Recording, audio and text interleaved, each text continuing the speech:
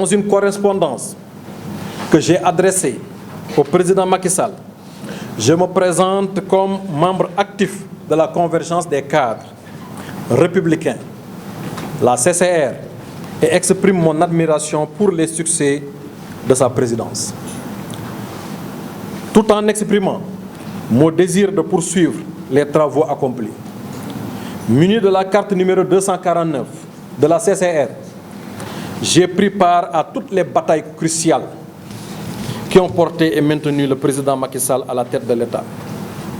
Je saisis cette opportunité pour officialiser ma candidature à la présidence de la République du Sénégal. Convaincu que le Sénégal aspire à la continuité des réalisations du président Macky Sall en vue d'un Sénégal émergent. Il est à noter que ma candidature a été officiellement acceptée et demeure la seule de l'Alliance pour la République dans la région de Thiès. Le fondement de cette déclaration découle de l'appel formulé par le président lui-même lors d'une réunion du secrétariat exécutif invitant tout membre de Benno Bokk Yakaar désireux de briguer la présidence à se manifester.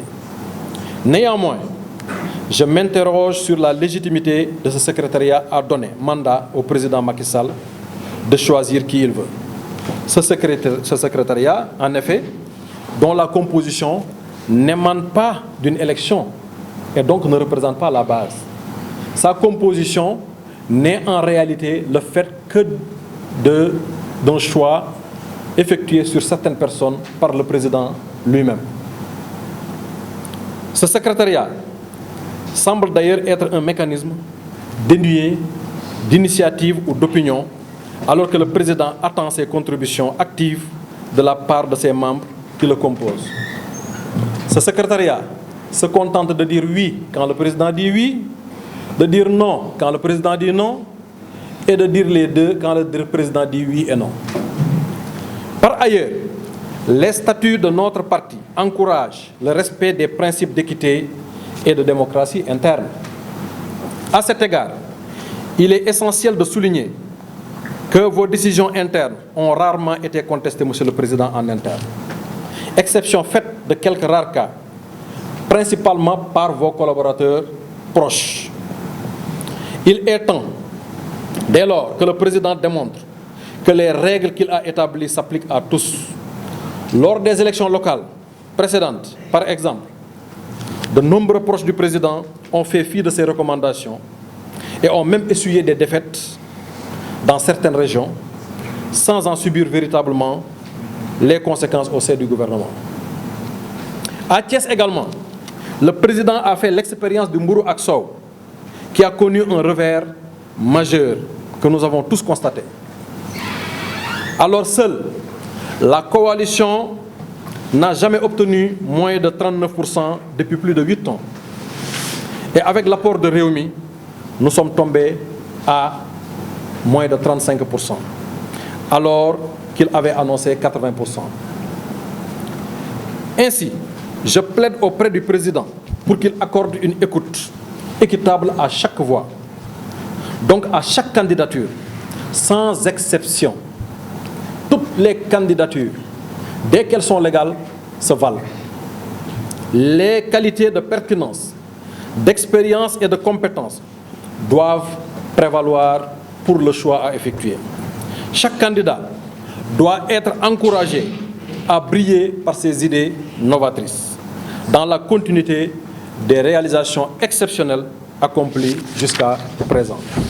Cela nous rappelle l'importance d'être ouvert à une multitude de perspectives et d'idées, y compris celles des candidats émanant des différentes régions et horizons. L'innovation naît de la diversité des pensées. J'attends donc avec optimisme une réponse positive de la part du président de mon parti, Monsieur le Président de la République. J'ai la conviction profonde que ma candidature, sous tous ses aspects, représente la meilleure option en ce moment crucial pour notre nation. Cependant, il est crucial, Monsieur le Président de la République, de reconnaître que certaines critiques envers votre gouvernance émanent de certains de vos collaborateurs qui, tout en bénéficiant de vos décrets, semblent dévier de vos objectifs. Certains se livrent au clientélisme politique, délaissant les Sénégalais méritants au profit de leurs intérêts personnels. Vous leur avez accordé généreusement des responsabilités, mais leur reddition de comptes laisse souvent à désirer. Souvent, ils passent à côté des résultats et les populations se retournent contre vous, Monsieur le Président de la République. Un rappel que le leadership véritable découle de la capacité à agir pour le bien commun plutôt que pour des gains personnels. Monsieur le Président de la République, il est évident que certains leaders au sein de Benno Bokk Yakaar ne soutiendront jamais une ascension des jeunes vers des postes influents, encore moins à la magistrature suprême. Une telle ambition est réprimée, contribuant en partie à la division au sein de notre formation politique. L'heure de la jeunesse a sonné, Monsieur le Président de la République. C'est pour cela, lorsque j'accéderai à la présidence de la République, j'appliquerai des critères similaires pour nommer des ministres de la jeunesse, des finances, de la défense et des affaires étrangères. Parallèlement, je créerai des axes programmatiques jeunesse au sein de chaque ministère et accorderai aux inspecteurs de la jeunesse un statut spécial pour développer des politiques spécifiques à la jeunesse dans chaque secteur. Malheureusement, le choix des ministres de la jeunesse ne respecte pas la même rigueur que celui des ministères de souveraineté, comme les affaires étrangères, comme la défense, comme les finances. Ce qui a contribué à des initiatives peu ressenties par les jeunes. Le secteur de la jeunesse demeure une lacune dans votre bilan, malgré les ressources énormes que vous avez consacrées à ce secteur. Vous avez beaucoup investi, Monsieur le Président de la République. Un exemple probant est celui du Conseil national pour l'emploi et l'insertion de la jeunesse. Bien que conçu comme une initiative prometteuse, il n'est pas pleinement exploité. Monsieur le Président, il est impossible pour vous d'être omniprésent pour superviser personnellement les activités de chaque ministre et de chaque directeur général. Avec les économies nouvelles, notre jeunesse peut largement tirer profit des opportunités qu'elles offrent. En ce sens, je propose de régler le problème de l'emploi en moins de 700 jours et les inondations dans le même délai, avec des solutions scientifiques pas encore expérimentées dans ce domaine et qui ont fait leurs preuves dans d'autres secteurs. Le Sénégal se prépare à être le premier pays africain à organiser les Jeux olympiques de la jeunesse. Malgré les accomplissements significatifs que vous avez réalisés pour assurer le succès de cet événement, les actions de vos collaborateurs laissent peu d'espoir quant à leur compréhension des enjeux. Vous comprenez aujourd'hui qu'on reste 4 mois sans ministre des Sports, que notre équipe nationale se rende pour disputer une finale, qu'aucune autre autorité des sports ne soit présente à ses côtés. Et pourtant, c'est le Premier ministre qui en assure l'intérim. Alors qu'on dit que la jeunesse représente un secteur clé pour nous. Avec tous les investissements qui ont été faits par le chef de l'État, par ailleurs, le Sénégal va être le premier pays à organiser les Jeux olympiques. Premier pays africain.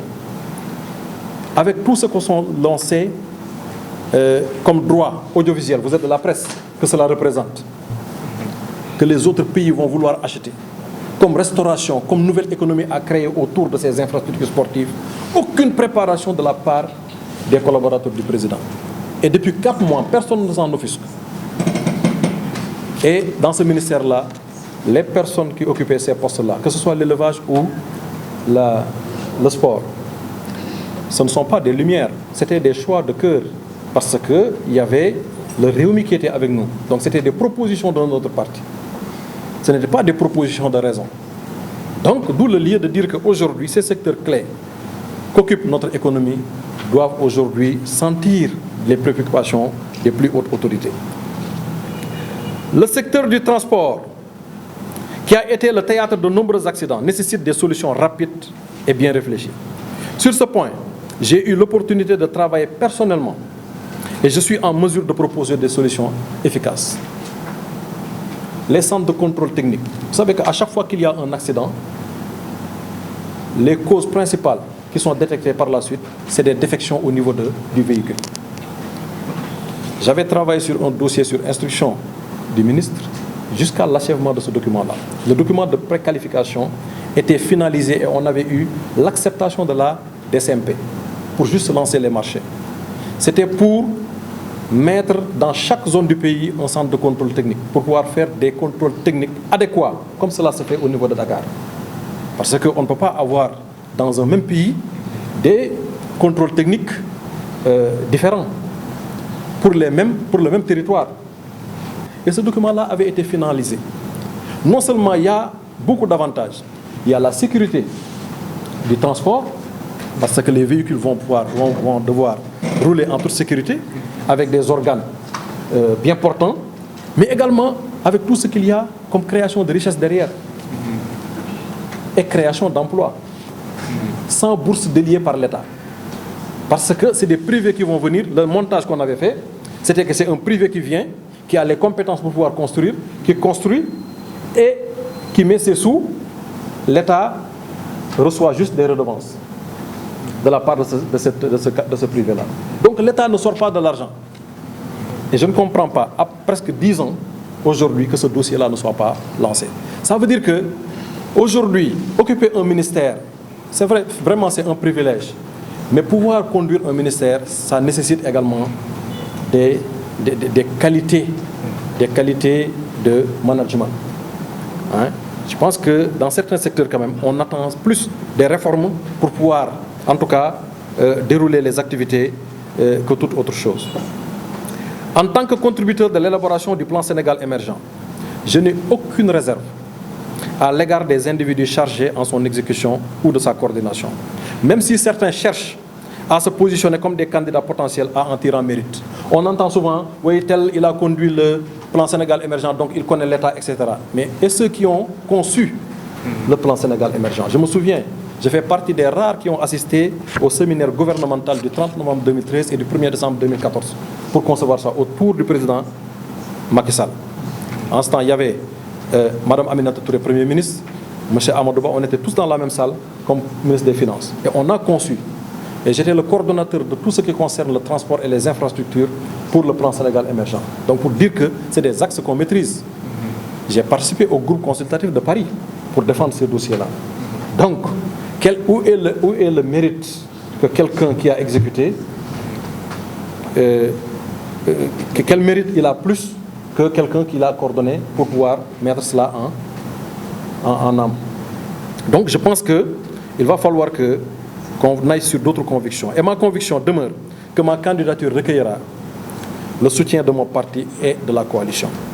Compte tenu de mon engagement dans les batailles passées et de mon rôle déterminant dans le succès des divers ministres et directeurs généraux, ces réalisations, bien que souvent méconnues, n'entravent en rien ma détermination à poursuivre mon engagement.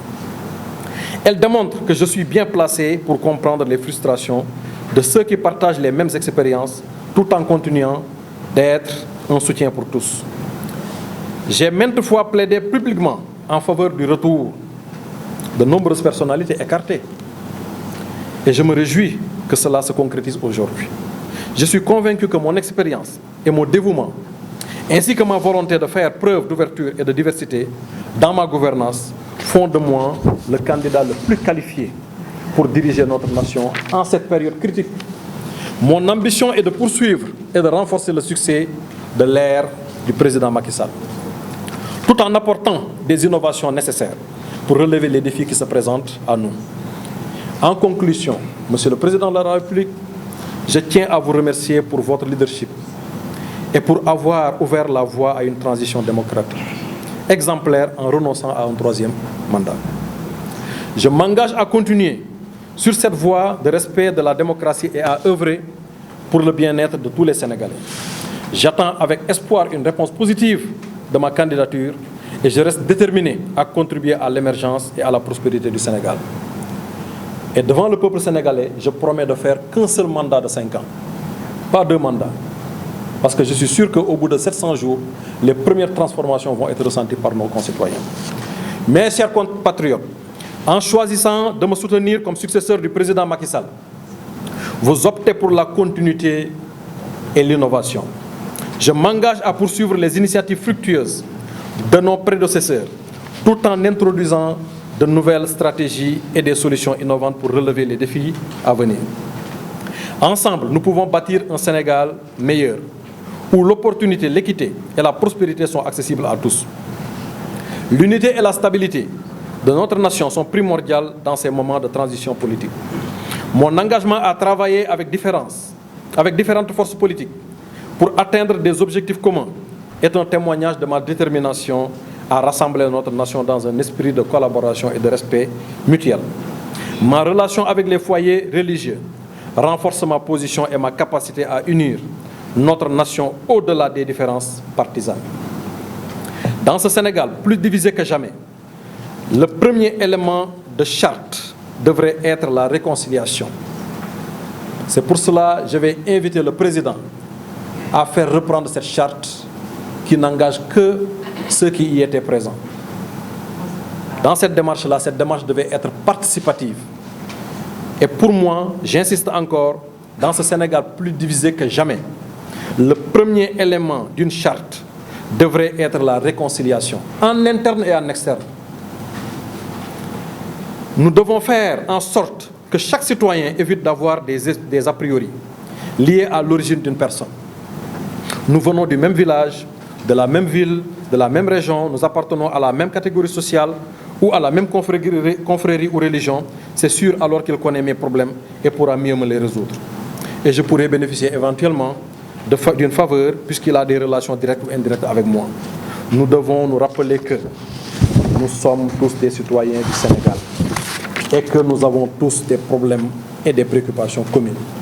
Nous devons travailler ensemble pour trouver des solutions à ces problèmes sans tenir compte de nos différences. C'est seulement en travaillant ensemble que nous pourrons construire un Sénégal plus fort et plus uni. La réconciliation ne peut jamais être un processus rapide, mais elle est essentielle pour le vivre ensemble. Nous devons mettre en place une nouvelle politique autochtone pour que les bonnes décisions soient prises et que la diversité soit considérée comme une force. Les appels à la coopération sont nombreux et nous devons tout faire pour faire prévaloir la raison et la retenue. La richesse et le luxe sont souvent considérés comme des indicateurs de réussite sociale, valorisés et valorisants. Il existe une forme culturelle ou même politique de dire que tel est riche, donc il faut le porter au pouvoir. Tel a été ministre, il faut le porter à la magistrature suprême. On célèbre ainsi donc le luxe, le considérant comme synonyme de valeur cardinale pour accéder au pouvoir ou faire partie de ceux qui y accèdent. Cependant, est-ce que la richesse est un indicateur suffisant pour répondre aux préoccupations des Sénégalais? C'est une question que je pose. Est-ce qu'il est justifié de ne pas accorder son vote à une personne simplement parce qu'elle est riche? Je ne dis pas le contraire non plus. Est-ce que le fait d'être riche suffit pour diriger un pays? Est-ce qu'un individu n'ayant jamais fréquenté un gouvernement peut être un bon président de la République? Zelensky, qui aujourd'hui fait face à Poutine, c'était un acteur, c'est un comédien. Il a été porté à la magistrature suprême. Et aujourd'hui, dans quelles conditions il est président? Il est chef de guerre, chef suprême des armées.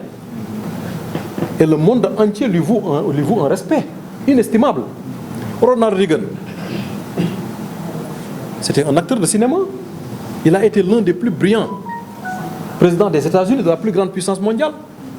Donc ces critères-là, moi je pense que le seul critère qui vaille, c'est de travailler et bien travailler pour son pays et savoir bien le faire. La jeunesse également, l'âge. Macron est arrivé au pouvoir à l'âge de 39 ans, alors qu'on ne le prédisait même pas dans les pronostics. Le président sortant, Hollande à l'époque, c'est lui qui l'avait chaperonné. Il en est sorti avec moins de 5%. Donc je pense que le choix à faire devra être un choix de raison. La richesse est connue et comme de l'eau salée. Plus on en boit, plus on a soif. Ces questions soulèvent donc des débats importants sur la question entre la richesse, l'expérience gouvernementale et la capacité à diriger un pays. Il est courant de croire que ce sont les personnes talentueuses qui occupent des postes gouvernementaux ou de décision. Mais cela ne dépend pas nécessairement de leur mérite, de leurs compétences ou de leurs résultats. Souvent, cela dépend de la volonté du président qui se base sur des critères que lui seul connaît. Ce qui peut surprendre d'ailleurs tout le monde quand telle personne est portée ou même maintenue dans un secteur alors que les acteurs concernés du secteur ne se sentent pas dans ce qu'il est en train de faire. Plusieurs fois, vous entendez un secteur se plaindre partout. Pas plus tard qu'hier à Thiès, un secteur s'est fait entendre pour dire qu'ils ne se reconnaissent pas de ce qui se fait à travers un secteur ministériel. Donc je pense que les critères doivent être revus. Les Sénégalais sont fatigués. Les Sénégalais sont fatigués. Donc il est important de noter que la richesse et l'expérience gouvernementale ne sont pas les seuls critères pour évaluer la capacité d'une personne à diriger un pays. Il existe d'autres qualités et compétences, telles que la vision, le leadership, la capacité à rassembler et à prendre des décisions éclairées, qui sont également essentielles pour être un bon président de la République. Il est donc nécessaire de prendre en compte différents facteurs lors de l'évaluation des candidats à la magistrature suprême. La richesse et l'expérience gouvernementale peuvent être des éléments à considérer, mais ils ne doivent pas être les seuls critères déterminants. Il est important de prendre en compte la vision, les compétences, les valeurs et les qualités de leadership d'un candidat pour pouvoir répondre aux préoccupations des Sénégalais de manière adéquate. Chers compatriotes, je vous exhorte donc à opter pour un changement dans la façon de choisir nos dirigeants. Ne pensez pas que la situation actuelle est irréparable. Ne désespérez pas. Sans ceux qui sont actuellement au pouvoir ou sans ceux qui vous vendent le luxe et la richesse. Comme le dit le proverbe, il vaut mieux l'inconnu que le mal connu. Nous devons être ouverts à de nouvelles possibilités et ne pas nous laisser influencer par des discours qui prétendent que tous les politiciens sont les mêmes en termes de pratique. Dans cette quête de changement, je vous promets mieux, chers compatriotes, et je suis capable de le réaliser. Comme l'a dit André Gide, je considère mon aventure avec le peuple sénégalais comme un projet, avec ce peuple comme client à satisfaire. Mon parcours professionnel de plus de 20 ans est axé sur la satisfaction des bénéficiaires. Je suis déterminé à mettre cette expérience au service de notre nation et à travailler pour le bien-être de tous. Il est temps de remettre en question les pratiques actuelles. Nous devons nous engager dans une collaboration fréquente et ouverte afin de construire ensemble un avenir meilleur. Mes chers compatriotes, je vous invite à considérer l'importance du changement dans notre processus de sélection des dirigeants. Ne vous laissez pas influencer par la peur de l'inconnu. Je suis prêt à apporter ma contribution et à travailler pour votre satisfaction. Ensemble, nous pouvons créer un avenir meilleur pour notre pays. Je suis convaincu que vous êtes nombreux à vous demander pourquoi il est nécessaire de changer alors que les réalisations du président Macky Sall sont si élogieuses. Il est vrai que le président Sall a accompli beaucoup de choses, mais il reste encore bien plus à faire. Surtout sur le plan immatériel.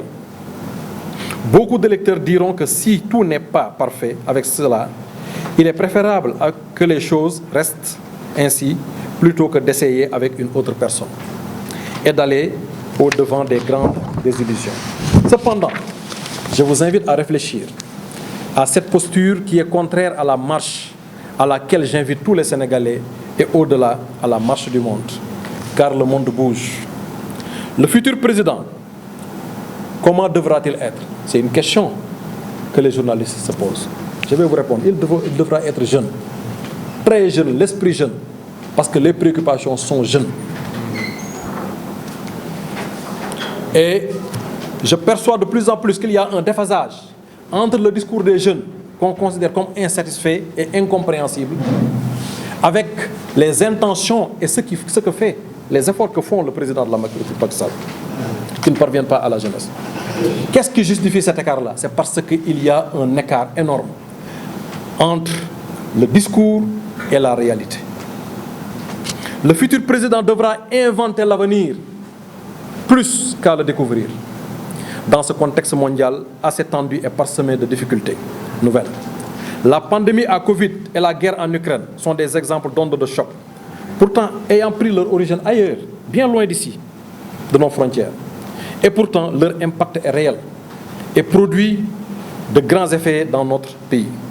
Nous devons être prêts à faire face à ces défis et à nous adapter aux changements qui se produisent dans le monde.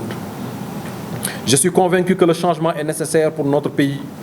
Nous devons nous tourner vers l'avenir et travailler ensemble pour créer un avenir meilleur pour tous les Sénégalais. Nous devons être prêts à prendre des risques et à essayer de nouvelles choses pour atteindre nos objectifs. Nous devons être prêts à travailler dur et à faire des sacrifices pour réaliser nos rêves. Je suis prêt à travailler avec vous pour créer un avenir meilleur pour notre pays. Je suis prêt, enfin, à écouter vos préoccupations et à travailler avec vous pour trouver des solutions. Je suis prêt à travailler dur chaque jour pour vous satisfaire au quotidien. Je ne vais pas vous promettre un Sénégal dans 35 ans ou dans 70 ans. Je vais gérer le Sénégalais au jour le jour, au quotidien. Parce que les préoccupations du Sénégalais, c'est du jour au jour. Les Sénégalais ont besoin, quand ils ont un problème aujourd'hui, que vous puissiez pouvoir les régler aujourd'hui et ne pas attendre. Et cette démarche-là a changé le monde. C'est ce qu'on appelle l'agilité. Dans les grandes organisations de management du monde aujourd'hui, allez au Maroc, vous allez voir que toute la cour du roi est composée de personnes qui sont certifiées en agilité. C'est une nouvelle technique de management où on gère les choses tout de suite. Allez au Maroc aujourd'hui, qui est le premier pays africain qui n'a pas de pétrole, qui n'a pas de gaz, qui n'a que le phosphate. L'une des plus grandes entreprises, c'est l'office chérifien de phosphate, qui emploie pas mal de monde là-bas. Aujourd'hui, nous avons le phosphate ici, à Thiès. Et l'engrais, nous l'importons. Comment vous pouvez comprendre ça? Entre l'aller et le retour, le processus de transformation et de transport, tout cela devait rester ici pour que les jeunes puissent travailler. Et que les producteurs produisent mieux et moins cher. Non seulement il y a de l'emploi, il y a la création de la richesse, mais également il y a la diminution des coûts des produits qui sortent de nos champs. Donc, je vais encourager en tout cas cette gestion au quotidien des affaires des Sénégalais au niveau de mon gouvernement que je vais installer. Je vous invite donc à parier sur ma personne pour travailler ce pays et vous satisfaire au quotidien. Ensemble, nous pouvons créer un avenir meilleur, croyez-moi, pour tous les Sénégalais. Permettez-moi alors de vous présenter ma vision pour notre cher Sénégal. Une vision fondée sur l'excellence, la collaboration et le progrès. Une vision qui s'appuie sur les piliers de la croissance économique, de la réduction de la pauvreté, de l'accès à l'éducation et aux soins de santé, ainsi que la création d'opportunités d'emploi pour notre jeunesse dynamique à travers ce que j'appelle les économies émergentes. Il y a des économies émergentes qui n'ont pas encore touché notre pays. Où est l'intérêt de dire que quelqu'un qui n'a jamais travaillé dans le gouvernement, qui n'a jamais été ministre, ne peut pas être porté à la magistrature suprême? Est-ce que vous pouvez me compter quelqu'un qui a eu à faire un gouvernement ici, qui est un champion de l'économie? Pourtant, on a des champions de l'économie comme Serigne Mboup, des gens comme Babacar Ngom, qui ont réussi des industries. Donc, pour dire qu'il suffit juste de créer de nouvelles économies pour pouvoir créer un État solide avec moins de contestation au niveau de la population. Les opportunités du numérique ne sont pas utilisées à 2% au Sénégal. Dites-moi quel est le ministre de l'économie numérique au Sénégal qui a été nommé et qui a produit des réformes qui sont ressenties par la presse. À l'ère du numérique, il faut réinventer les revenus de la presse. À l'ère du numérique, comment réinventer le droit d'auteur pour les artistes? Ça fait partie de du programme que je vais proposer au Sénégalais. C'est les économies émergentes pour ne pas que certains secteurs soient affaiblis par juste l'émergence d'une nouvelle technologie. Alors que ça doit être une opportunité. Avec le numérique, une seule entreprise comme Google a un budget supérieur à celui de toute l'Afrique de l'Ouest réunie. Et qui a créé ça? Un champion jeune. Nous avons le parc technologique numérique. savamment créé par le président de la République Macky Sall. J'ai été à la pose de la première pierre. Ça devait être livré depuis longtemps. C'est 85 000 emplois. Je ne sais pas qui écrit le discours du président de la République. Le 4 avril dernier, dans le discours du président de la République, on parle de 15 000 emplois. Alors que c'est 85 000 emplois, directs. Ce parc-là attend encore d'être inauguré. Je pense que le président, il a fait tout ce qu'il pouvait faire. Mais je pense qu'il faut encore donner un sang neuf à son dispositif. Mon parcours académique et professionnel témoigne de ma détermination à atteindre les attentes des Sénégalais, à tous les niveaux. Mon amour pour la connaissance m'a poussé à poursuivre des diplômes et des certifications, un peu partout dans le monde, dans des domaines divers, de l'informatique à la santé publique, en passant par la planification, le management des projets et programmes, le transport, les sciences exactes et la gestion des affaires publiques. Je m'engage à mettre en œuvre cette diversité de connaissances pour résoudre les problèmes auxquels notre nation est confrontée et surtout pour saisir les opportunités de développement qui se présentent à nous. Ma carrière professionnelle de l'ingénierie à la direction des projets nationaux cruciaux m'a permis d'acquérir une expertise pratique dans la gestion des défis majeurs. Je suis déterminé à mettre cette expérience au service de notre nation pour créer un environnement favorable à l'innovation, à la croissance et à la transformation.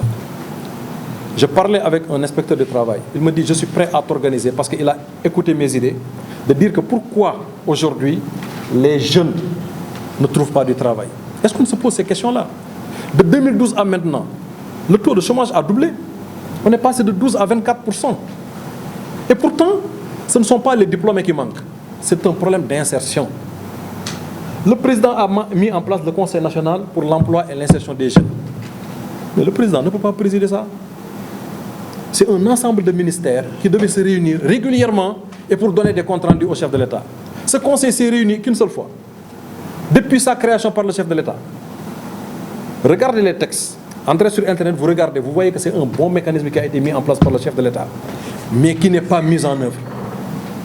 Je pense que cette volonté-là, je parlais de l'inspecteur de travail avec qui je parlais, on va tenir peut-être bientôt une conférence. Il s'offre à organiser cette conférence-là. De telle sorte que un pays comme la Suisse, 70% des bacheliers, dès qu'ils sortent, ils peuvent travailler. Moi, je vous propose 50% des bacheliers, dès qu'ils sortent, ils vont pouvoir travailler dans les secteurs de transformation. Transformer toutes les potentialités du pays et pouvoir les exporter et créer un PIB intéressant pour le pays. Ce n'est pas impossible. Nous avons les ressources humaines. La compétition, elle est mondiale. L'ouverture maintenant du monde offre ces potentialités-là à ces jeunes-là. On n'a pas besoin d'être doctorant pour pouvoir aujourd'hui commencer à travailler. Or, c'est ce qu'on fait croire à notre jeunesse. Il va falloir qu'on révise notre curriculum d'éducation pour nous adapter au nouveau monde. Pour que chaque élève qui sort à partir de la terminale puisse trouver un emploi. Et c'est possible. Nous, de notre temps, avant de sortir de l'école d'ingénieur, moi, par exemple, le jour de ma soutenance, mon entreprise était là, mon DG était là. Parce qu'avant de sortir, j'étais déjà embauché. Parce que la demande est là et on crée les conditions pour pouvoir insérer les jeunes. Pourquoi ce n'est plus possible? C'est parce qu'aujourd'hui, les conditions d'insertion sont très difficiles ou inexistantes. Et moi, je promets aux Sénégalais, au bout de 700 jours, de pouvoir régler ce problème-là. Ma passion ne se limite pas à l'aspect professionnel. Mon engagement en collaboration avec des organisations telles que la Banque mondiale, les organisations des Nations Unies, le Fonds mondial, reflète ma conviction profonde en la nécessité d'améliorer le bien-être de chaque Sénégalais. Je le dis tout modestement, dans le monde de fonctionnement de la Banque mondiale, j'ai beaucoup apporté. J'ai voyagé beaucoup avec des structures de l'État. Je disais souvent à la Banque mondiale, je ne voyage pas tant que vous ne m'offrez pas tant de billets pour que telle structure de l'État puisse partir pour voir ce qui se passe dans le monde. Parce que je vois que ce secteur-là ne bouge pas. Aujourd'hui, vous ne pouvez pas discerner le rôle du Fonds de développement des services universels de télécommunications au rôle de l'ADIE.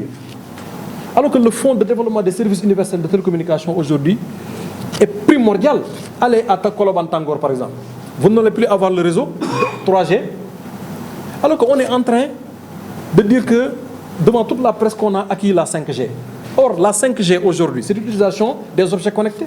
Et les objets connectés s'utilisent mieux en monde rural que dans le monde urbain.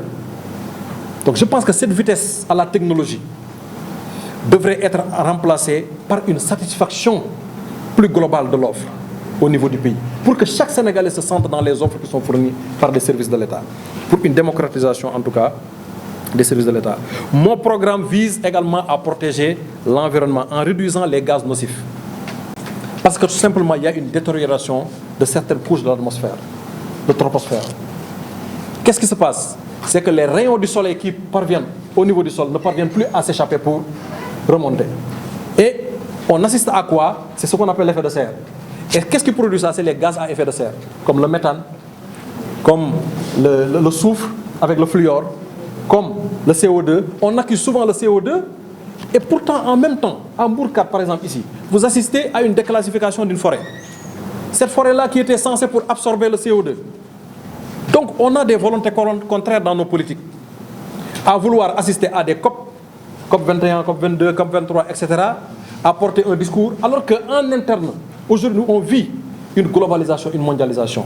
Les pays qui polluent plus ne contribuent pas. Ce sont les pays industrialisés. On n'a qu'à fixer des quotas de pollution. Pour dire chaque pays, par exemple, vous avez 50, votre quota. On part avec le même quota. Le Sénégal qui pollue moins. Si les États-Unis polluent plus, le plus qu'ils polluent, on met ça dans un panier mondial. Pour essayer à aider nos pays aujourd'hui à faire les journées de l'arbre. Hier, j'ai vu que c'était la journée de l'arbre. Qui en a entendu parler ici? Pas beaucoup de monde. Parce qu'on plante un arbre, après on part. Alors que ça doit être une politique de tous les jours, une conscientisation des populations pour leur dire que d'ici 30 ans, on risque de ne plus avoir le bon air pour pouvoir vivre, le bon oxygène. C'est ça la réalité. On assiste à une urbanisation sauvage. L'indice de qualité de l'air doit être mesuré par le CETUD. Mais aujourd'hui, ce qu'on constate, est-ce que vous entendez un acteur gouvernemental parler de l'indice de qualité de l'air, alors que nous sommes en train tous de suffoquer? On parle de politique à longueur de journée, alors qu'il n'est même pas sûr que d'ici 10 ans, nous allons être là. Nous ne savons pas ce que le climat va devenir. L'environnement devient une priorité centrale dans le gouvernement que je vais conduire. Je vais mettre en place le programme Seyou Ndaw Ñi. Le Seyou Ndaw Ñi, c'est la protection sociale en évitant la précarité chez les jeunes. Bon nombre de jeunes veulent se marier, mais attendre, l'État doit accompagner dans ce sens-là. Parce qu'un ménage que vous mettez en place, c'est une économie que vous créez. Parce que dès l'instant qu'il y a des enfants qui naissent, etc., c'est des hôpitaux qui en bénéficient, c'est des couches qu'on achète par là, etc. C'est une économie. Donc l'État doit investir pour récupérer derrière.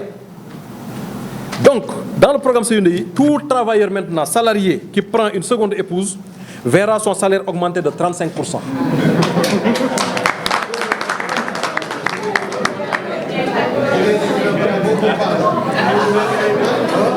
Si la femme a moins de 30 ans et de 40% au-delà, parce qu'il faut aider ceux qui ont... C'est ça la vérité. Tout étudiant, à partir de la licence, qui se marie sera recruté en priorité par rapport à un autre d'une même catégorie. Vous vous présentez dans un service public, on dit oui, vous êtes marié, vous êtes prioritaire. C'est un critère en plus. N'est-ce pas? Alors, et en attendant de trouver un travail, bénéficie du triple de la bourse entière.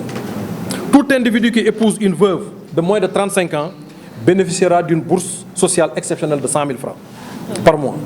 Tout travailleur polygame d'une catégorie bénéficie en priorité d'une promotion par rapport à un autre monogame. Toute personne non salariée est concernée et recevra un montant pouvant aller de 100 000 à 250 000 selon les critères qui seront communiqués basés sur le cas de mariage. Par exemple, un jeune qui se trouve en milieu rural, il a 10 hectares de terre. Il y a un programme de l'État dont le rôle, c'est de clôturer, mettre des forages, etc. Mais il est prioritaire. Il y a des services de l'économie des finances qui vont mettre en place des business plans pour voir est-ce que son projet est rentable. Il va être prioritaire, il va recruter des gens. C'est une économie qu'il faut créer autour de ces protections sociales. Donc je pense que toute étudiante mariée bénéficiera systématiquement d'une bourse exceptionnelle, mariage, et en plus éventuellement de sa bourse d'études. Donc c'est pour encourager la protection sociale. Et enfin, mes chers compatriotes, En vous adressant ces mots, je m'engage solennellement à être un leader au service de notre nation. Je ne ménagerai aucun effort pour promouvoir la croissance économique, améliorer les conditions de vie de nos concitoyens et offrir un avenir brillant à notre jeunesse talentueuse. Avec votre soutien et votre confiance, nous pouvons surmonter les obstacles qui se dressent devant nous et forger un Sénégal unifié. J'insiste sur le terme unifié. Le Sénégal est divisé aujourd'hui dans nos familles, dans nos mosquées, par la politique. Il faut un Sénégal unifié et prospère pour les générations à venir. Je vous remercie.